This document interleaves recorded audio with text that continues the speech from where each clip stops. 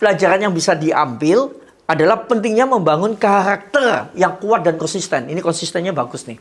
Tapi hati-hati dengan strategi seperti ini. Kalau berbasis kontroversi, kalau salah langkah, brand kalian bisa runtuh seketika. Brand Boomcast. Selamat datang lagi di Brand Boomcast, dan kali ini kita akan membahas Nick Mar. Waduh, keren banget nih. Ini orang yang jago banget ya. Dan lagi menjadi sorotan, Nikita Mirzani. Bukan drama biasa, tapi ini kasus hukum yang serius. Dia resmi menjadi tersangka kasus pemerasan. Sementara di sisi lain, dia juga baru saja memenangkan kasus hukum yang membuat Fadel harus mendekam di balik jeruji. Wow, ini sih bukan pertama kali Nikita harus terlibat dalam kontroversi besar, dan kemungkinan besar juga akan ada kontroversi yang lain. Tapi hal yang menarik di sini adalah apapun yang terjadi, ya kita sudah tahu Nikita Mirzani banyak sekali kasus. Itu brand Nikita Mirzani itu tetap kuat dan terus bertahan. Malah justru semakin eksis. Inilah keunikan branding seorang Nikita Mirzani. Nah, kita akan bahas ya, kali ini menarik sekali ya. Saya nggak bahas masalah hukum, tapi yang saya bahas adalah bagaimana si personal brandingnya si ratu kontroversi Nikita Mirzani ini sampai begitu heboh ya. Dimulai sebagai artis dan model, namanya mulai mencuat ketika membintangi beberapa film dan acara televisi. Popularitasnya semakin melonjak ketika ia mulai membangun citra sebagai sosok yang berani blak-blakan dan tidak takut menghadapi siapapun. Wah, ini berarti wanita jagoan nih ya. Dan salah satu momen ikonik dalam perjalanannya adalah ketika ia juga pernah naik ring tinju exhibition lawan Dinar Candy. Mungkin kalian ingat di HSS 2, di mana dia mengalahkan Dinar Candy yang semakin memperkuat citranya sebagai wanita tangguh dan membuktikan bahwa branding bukan hanya dibangun dari sekedar omong kosong, tapi didukung dengan aksi yang nyata. Nah, the fearless queen of controversy. Gila, ini kita bukan sekedar artis. Dia adalah fenomena branding yang sangat unik ya. Jadi citra yang dia bangun ini bukan sebagai sosok selebriti biasa ya. Tapi seorang petarung, seorang vokalis bukan penyanyi ya, tapi vokal ya, dan seorang pemberani. Dan dia nggak pernah takut untuk melawan siapa aja. Baik itu selebriti, pengusaha, bahkan public figure tuh diajak berantem semua ya.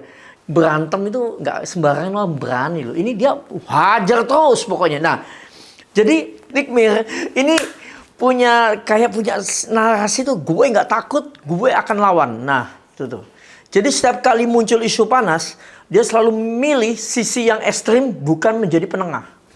Jadi ini adalah branding yang sangat kuat ya, personal branding yang dibangun untuk membentuk loyalitas tinggi baik dari fans maupun haters. Gila nih. Jadi dia menciptakan fans, menciptakan haters, tapi dia selalu konsisten dalam setiap sikapnya. Salah satu kuncinya tuh dia tuh konsisten. Dan dia nggak pernah berubah dari awal karirnya hingga saat ini. Kita tuh bisa lihat cara dia berbicara di media sosial, selalu frontal dan tanpa filter. Berani belak-belakan. Setiap perseteruan dia tidak pernah menarik ucapannya kembali. Dia selalu maju tak gentar. Wah, itu lagu kayaknya cocok buat maju tak gentar. Nah, itu dia. Dan dia ketika menghadapi hukum, si Nikita Mirzani ini tetap mempertahankan citranya sebagai sosok yang kuat dan tadi itu pantang menyerah, nggak gentar, nggak takut. Nah, padahal banyak selebriti itu memilih untuk meredam kontroversi demi citra baik. Nikita enggak, ngelawan dia malah dan menjadikannya sebagai bahan promosi. Jadi makin naik lagi dia. Nah, jadi yang dimonetize adalah kontroversi dari drama ke bisnis. Kalau orang bisa tersandung ke kasus hukum, mungkin akan sulit bangkit. Tapi Nikita sudah membuktikan setiap dia tersandung kasus hukum, malah jadi kontroversi dan bahan bakar untuk tetap relevan dan menghasilkan uang, tambah terkenal karena. Dan setiap drama yang dia buat selalu berujung pada engagement tinggi. Dari engagement tersebut, brandnya makin kuat dan bisnisnya tetap berjalan. Nah, ini keren banget nih. Gue juga bingung nih. Jago banget ya membangun personal brandingnya. YouTube, endorsement, bisnis lainnya justru mendapatkan exposure yang lebih besar saat dia viral. Nah, strategi ini mirip dengan yang dilakukan selebriti dunia seperti Cardi B atau Kanye West atau Andrew Tate. Ya, mereka menggunakan konversi sebagai mesin pertumbuhan brand.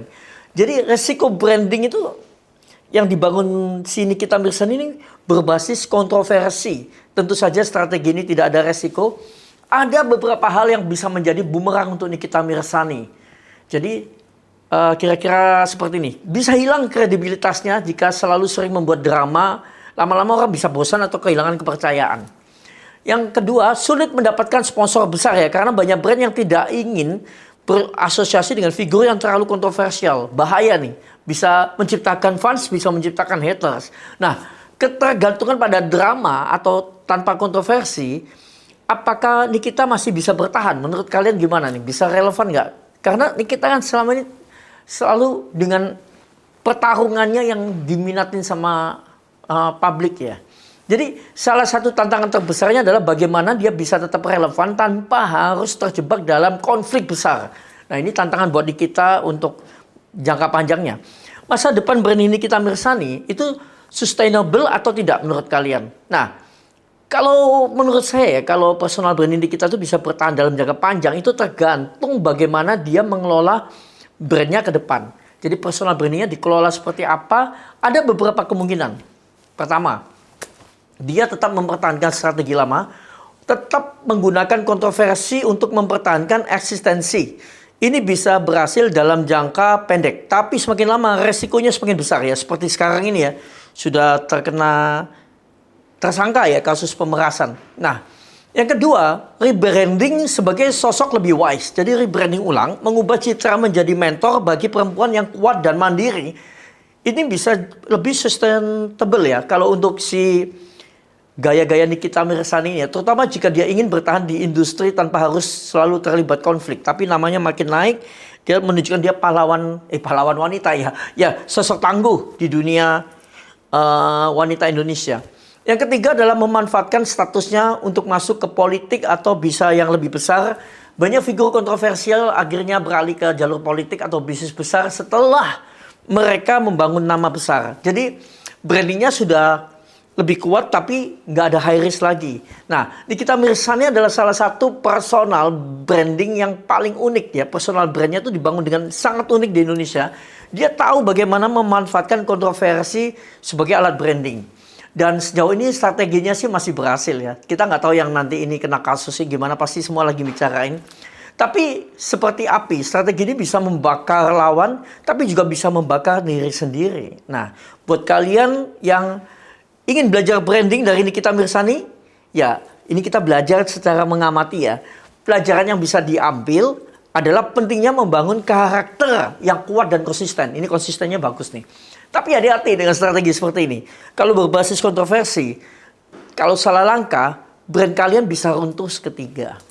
Seketika itu juga kalian bisa kena masalah ya. Brand, ya pokoknya unik ya.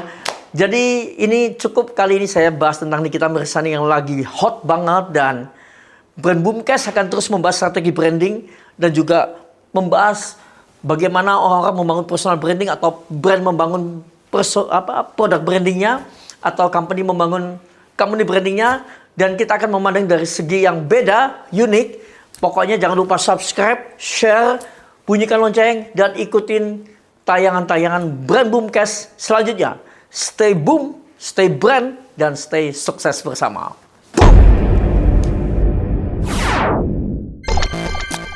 Brand Boomcast.